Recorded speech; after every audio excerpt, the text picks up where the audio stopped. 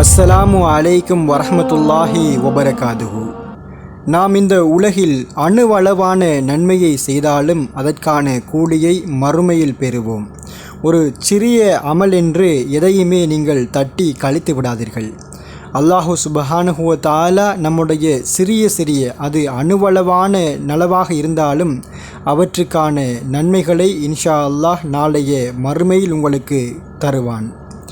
நீங்கள் செய்த பாவங்களுக்கு அது பரிகாரமாகவும் அமையும். உங்களை சொர்க்கத்திற்கு அழைத்துச் செல்ல அது ஏதுவாகவும் அமையும்.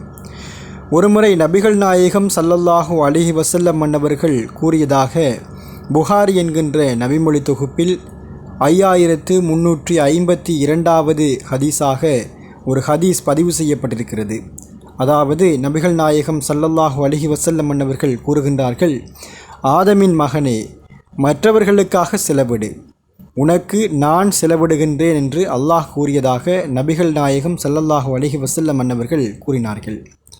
இதனுடைய அர்த்தம் என்னவென்று சொன்னால், நமக்காக நாம் செலவழிப்பதை விட பிறருக்காக நாம் செலவழிப்பதே சிறந்தது என்பதாக இருக்கிறது.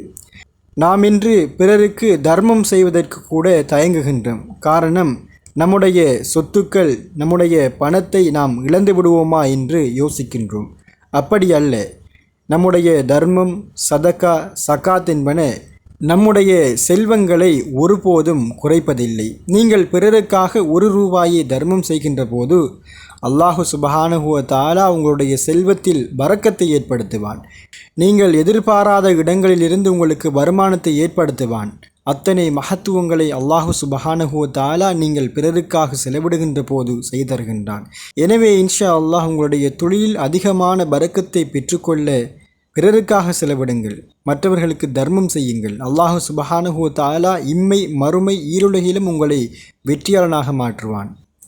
அதே போன்று மற்றுமொரு அறிவிப்பில் நபிகள் நாயகம் ஸல்லல்லாஹு அலைஹி வஸல்லம் அவர்கள் கூறியதாக புகாரி என்கின்ற நபிமொழி தொகுப்பில் 1442வது ஹதீஸாக பதிவு செய்யப்பட்டிருக்கிறது.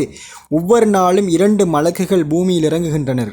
அவ்விருவரில் ஒருவர், அல்லாஹ்வே, தர்மம் செய்பவருக்கு பிரதிபலனை அளித்திடுவாயாக என்று துவா கேட்கிறார்கள்.